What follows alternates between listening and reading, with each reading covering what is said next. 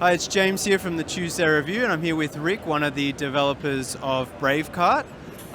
Rick, can you introduce yourself and tell us a bit about BraveCart? Okay, my name's Rick. I'm the co-founder of Hojo Studio. BraveCart is a cozy puzzle adventure about a little abandoned shopping trolley that wakes up one day and decides to lead a revolution against the supermarkets that abandoned them. Nice. I like the sort of subtle commentary on the giant supermarket chains, and I love it's just like a subtle humor to it. So as you travel around the little maps, the little puzzle maps, and you're being chased around by the hunters who collect the carts and try to catch you. I love to have these like typical Aussie like retail worker names, like Bevan with the high vis. Yeah, I just love it. Can you talk about like how the idea came about? Well, I think the idea for BraveCart came about from just noticing how surrounded we are in our everyday life with corporate waste, abandoned trolleys, abandoned e-scooters, the trash that people throw into abandoned trolleys. And the weird thing is just that we've all accepted this as normal, as if this is the way it is all around the world. We discovered actually it's not. This is a strangely Australian problem. They don't really have this issue in, say, the USA or something like that. And so we wanted to kind of highlight that, like you said, in a kind of satirical, funny way, but also sort of tell the story from the trolley's point of view. No one ever asks the abandoned trolley how they feel about the situation. And so that kind of inspired us. We always like telling stories about unlikely protagonists and things like that. Underdog stories. And so, yeah, it was just perfect for us. Once that idea hit, it just stuck. Yeah, I love it. Is the cart's name Scrappy? Or is the that cart, one of the cart is unnamed. Oh, okay. But the little abandoned receipt is who buddies up with the cart. Oh, okay. So it's the trolley and Scrappy. Yeah. Okay, cool. Yeah, I love these little characters. It's got this, like wholesome, warm kind of feeling, and it's easy to play. It's easy to learn quickly, but it like makes you think because you can only move a certain way across the map. Can you explain like the gameplay loop and the puzzles? Yeah, absolutely. The core mechanic of the game is that trolleys don't stop until they hit something, right? So you'll find that once you commit to a move, the trolley will just keep rolling until it hits an obstacle. And your general objective in every level is to rescue all of the abandoned trolleys you find and then make your way to the exit. Yeah. And so standing in your way are supermarket employees. There are different types of enemies that work in different ways. Some of them are on patrol, so they have a very predictable back and forth loop. Some of them stand completely still until you move near them, and then they'll chase you all over the map. Some of them are like forklifts, so they always turn when they hit something. So it's about understanding what these objects are about to do and what these enemies are about to do, and planning your way through the level. It's a turn-based game, but we like to think that in between each turn, there's actually a lot of action that happens. Yeah. I think even when you're not, nothing's quote unquote happening, like I was thinking about my next move. Because it's like you get a certain amount of moves and you get rated on how far you move and how many like square meters you move. That's right. I could only get 2 stars. Is there a 3-star? There is a 3-star. Once you get further into the game, there will also be an abandoned coffee cup, like a discarded coffee cup, that's somewhere in the level, and that's your kind of challenge. And if you manage to see, they've just got 3 stars then. So yeah, if you manage to get, you finish the level 1 star, you finish it in under the number of moves that we've set for that level. And if you find the abandoned coffee cup, that's your 3rd star. 3rd star, okay. I could never get. Never get more than 2. But yeah, I like that because you strive to. You can multiple replays. And yeah, it's a lot of fun. So you got some funding from Screen NSW, which how does that process work? Well, what Screen New South Wales were kind enough to do was pay for the booth here at PAX. Okay. So that's the assistance we got from them. In addition to that, there are a number of grants available to independent developers. I think all states have their own grant system. And there's also the federal grants from Screen Australia, which is more production funding.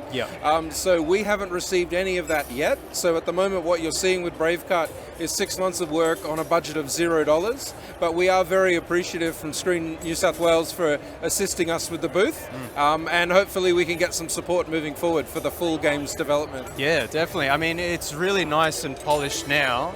I know it's a stupid question, but how long do you think till a sort of completion? Oh, we've got a fairly good idea of that. This is 6 months in. We think we're going to need about another year to finish all the levels, all the content, all the story that we want to tell, because all we're really showing is the gameplay here, but there are also cinematic storytelling sequences. Oh, cool. There's a whole arc of the story. There are going to be 5 chapters and about 100 levels. So we're going to need about a year to finish that. So I think we're targeting late 2026, if we're lucky. Yeah. And if not, probably, first quarter 2027. No worries, and it'll be available on Steam, Switch, and mobile. So we want to release on 3 platforms to start with. And it's a nice, cozy game, so you can sit on your couch and just or on the flick train around. or whatever you want to do. Do you have a background in game design? Did you do any formal studying or formal education? Not at all. And I've always been sort of self-taught. It's basically a combination of YouTube and just playing around with the tools available. The great thing is, both major game dev engines like of Unity and Unreal Engine, they're free to download, they're free to experiment with, so there's really no barrier to entry. If you have a computer and you have internet access, then you'll be able to become a game developer.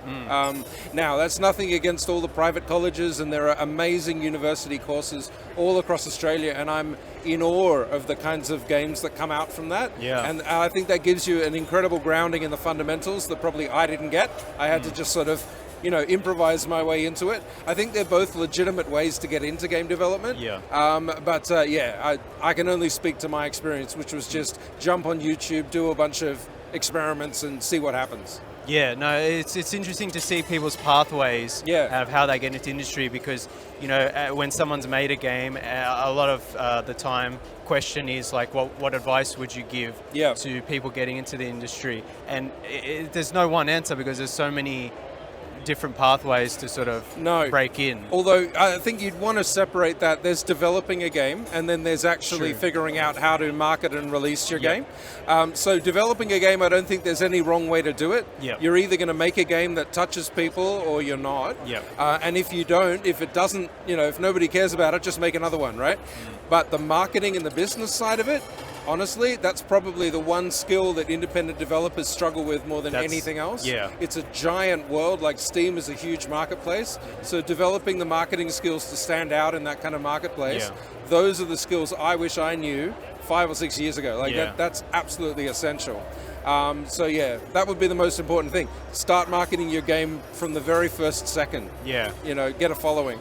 I guess that's the good thing about, like, you can make the game on your own, which is incredible, like an incredible feat of itself. But then the marketing, that's, I guess, good to have, like Screen Australia or something to then promote it and push it. And especially because now, like, Australian games like Untitled Goose Game or like Cult of Lamb's going crazy, and so there's more of a spotlight on small Australian games. So hopefully it makes it easier, I guess, to...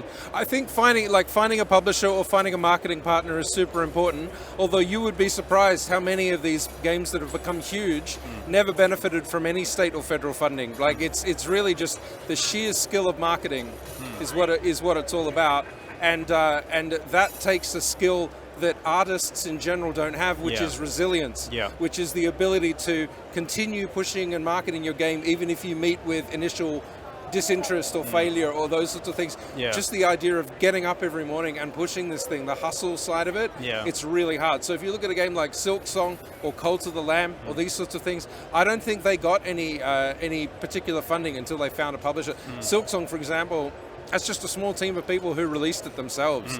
But what they did do is they got a following on Reddit. They got a passionate following of players really early, and that makes all the difference. I can see there are, 50 potential Silk Songs or Hollow Knights right here on this floor. Yeah, so many great games. It's just about whether you can grind hard enough to find that marketing groove. Definitely, so where can people find you? What's the best way to support you? Wishlist on Steam? Wishlisting on Steam would be amazing, because that helps us build a case for publishers or whoever, or platforms or whoever we want to talk about. So you can find Hojo Studio on Twitter, on Blue Sky. You can go to hojostudio.com.au, wishlist the game, and if you wishlist it, then you'll be the first to know when we finally have a demo that people can play. But yeah, we're also going to be at South by Southwest next week. Oh, wow. So anybody watching who's heading to Sydney or lives in Sydney, check it out. Yeah.